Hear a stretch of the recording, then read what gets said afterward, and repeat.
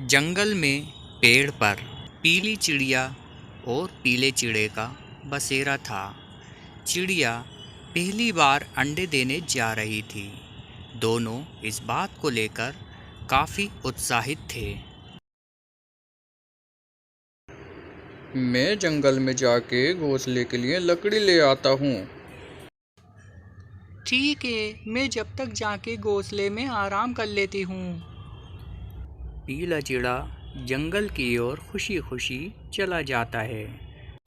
पीले चिड़े को जंगल में लकड़ियाँ जमा करने के लिए जाना पड़ा। कुछ दिनों बाद चिड़िया के 2 अंडे हो गए। पीली चिड़िया और पीला चिड़ा दोनों ने अंडे पर बैठने का एक समय बनाया। दोनों में इस बात को लेकर सहमति हो गई। सुबह से दोपहर तक मैं अंडे पर बैठ जाऊंगा, जब तक तुम जाकर दाना पानी कराना। ठीक है, दोपहर से शाम तक मैं अंडे पर बैठ जाऊंगी, जब तक तुम भी जाकर दाना पानी कराना। और दूसरी ओर एक पेड़ पर चिड़िया और चिड़ा के पड़ोसी काली कौवी और काला कौवा रहते थे। काली कौवी ने चिड़िया की तरह ही पहली बार अंडे दिए थे। इस बात को लेकर काला कौवा और काली कौवी दोनों ही बहुत खुश थे। आए तो बहुत जल्दी हो, कुछ पीली चिड़िया और पीले चिड़े से सीखो। दोनों अंडे पर आधे आधे समय बैठते हैं, पर तुम्हें तो अभी भी मस्ती से फुर्सत ही नहीं मिलती। ऐसा न कहो काली कौवी, वो तो मैं जंगल से लौट रहा था।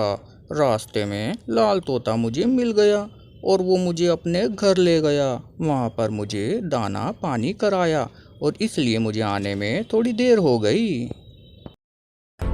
दूर से उड़ता एक बाज अपने साथ मुसीबत की खबर लेकर जंगल की ओर तेजी से बढ़ता हुआ।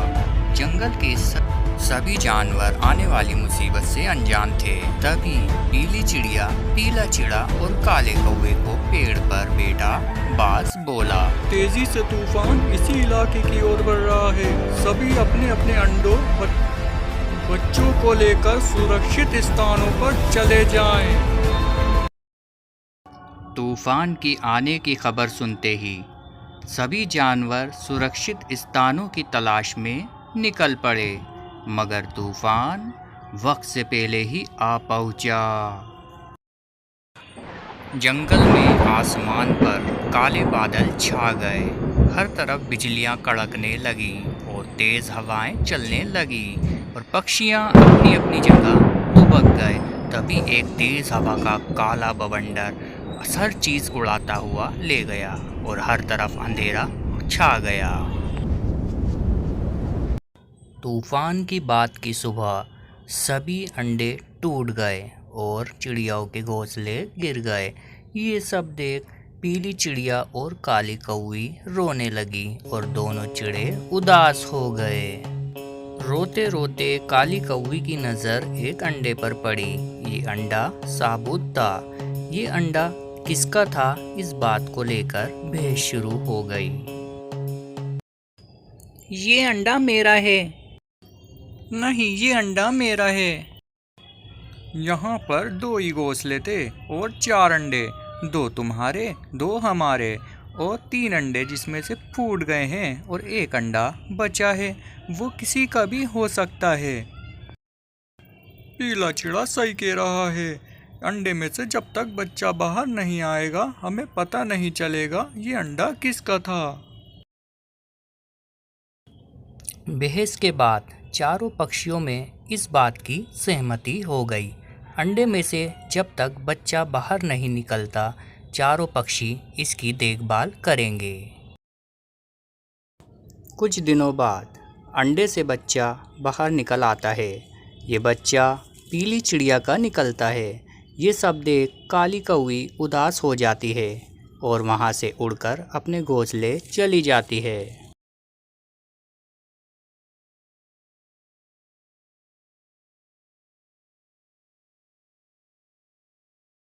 काली कौवी जंगल में बैठ रोने लगी। कौवा उदास खड़ा कौवी को देखता रहा। काली कौवी चिड़िया के बच्चे को उतना ही प्यार करती थी जितना एक माँ करती है। पीली चिड़िया चिड़े को बच्चे के पास छोड़ जंगल की ओर उड़ गई और काली कौवी को ढूंढने लगी। तभी चिड़िया की नज़र उदास बेटी काली कौवी पे पड़ी। काली कौवी रो रही थी। उसे रोता देख चिड़िया वहां उतर गई।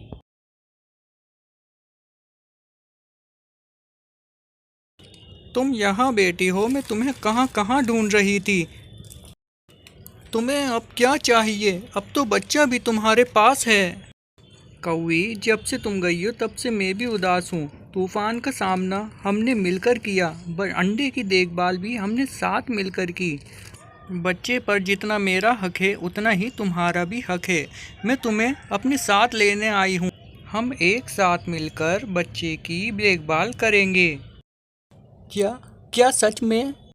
पीली चिड़िया, तुम बहुत दयालु हो। चारों पक्षियों ने एक ही पेड़ पर अपना घोंसला बना लिया, बच्चे की अच्छे से देखभाल की और खुशी और प्रेम के साथ रहने लगे।